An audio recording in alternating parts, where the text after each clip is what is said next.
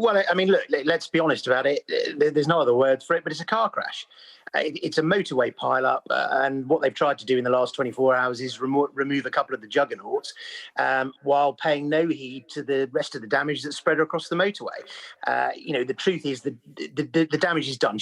They've done the right thing in reversing the policy on 45p on the 45p tax cut. They have done the right thing in inviting the OBR to report earlier and put out the fiscal plan, how they pay for it earlier.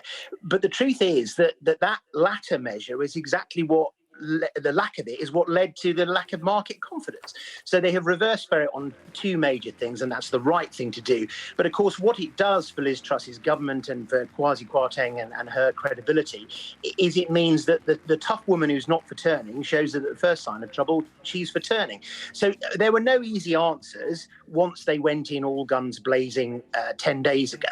And I think that's the problem, is that they took the view that they'd won the leadership election. Let's go for it with big change. And look, I'm all for ideology and a plan. And one of Boris's great problems was that he had neither of those things. She clearly seems to have that in spades.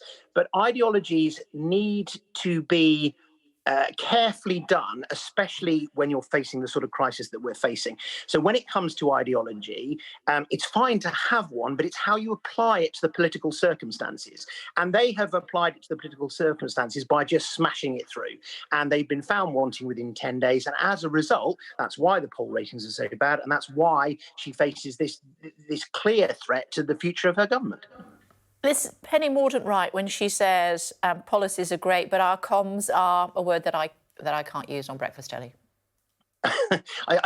Forgive me, I didn't see the comment, but look, comms is very important. I can tell you that as somebody who was press secretary, to the Mayor of London and worked with him closely up until he became Prime Minister. Comms are all important, but also policy is as well. And I think that they've got both things wrong.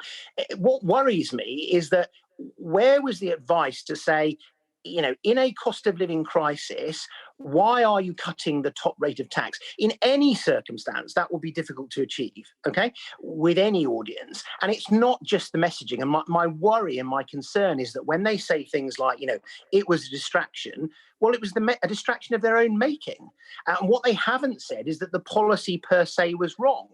And so I think it is a comms problem, but it's also a policy positioning problem. They've come too hard, too fast, and tried to do too much, and that has unraveled. And what it's meant is that any sense of political capital has been burnt in the first 2 weeks, and she faces a huge uphill battle, clearly, with the Parliamentary Conservative Party to get the rest of the stuff through. And the fact is that if she's forced to turn on anything else, this could be, and I'm not saying it will be, it could be the shortest-lived Tory government ever.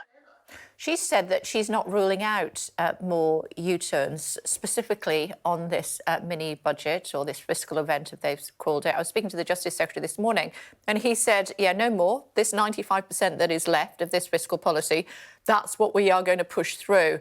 They need to get their comms right again, don't they? Who should we believe? Well, they need to. Well, it's difficult to know who to believe, and that's the problem. Is that the Prime Minister? I think you've been showing one of the clips from Nick Ferrari's interview with her on LBC. She did a couple of pre-recorded interviews yesterday in which she was asked, when these are broadcast, is it likely that anything else will have U-turned? And she said no, absolutely. And then, sure enough, last night we have the OBR forecast and the medium-term fiscal plan in terms of how you pay for all these tax cuts brought forward. And that's the problem she's got now, is a credibility problem. Boris had an integrity problem, and rightly that smashed him, out of the park. She now risks exactly that from a credibility problem. It does anything she now says. Firstly, does it calm the markets? And secondly, is it believable in terms of voters and the parliamentary party when you return to get this legislation through? So if you thought that this week was bruising, and clearly her speech will be all important, wait till Parliament's back. That's going to be a hell of a ride for her. You know the man very well. How do you think Boris will be reacting to all of this? Mixed feelings. I think it really depends who's got Boris's ear at any one moment, a bit like, how he governed. I think that there'll be an element for him by which he was like told you so. See, you shouldn't have got rid of me. I think that blithely ignores everything that came to pass. Clearly, Boris ended up having a problem with the truth, and that's what did for him in the end. And I don't see the Tories returning to Boris, but I think it's it's helpful for him in the sense that he's able to say, look, you got rid of me. I was the election winner. You shouldn't have done. I think the idea that he will be back if Liz Truss fails is ludicrous. And I think what this goes to prove is that after 12 years of Tory government, people are making big mistakes at crucial points and they can't afford any more.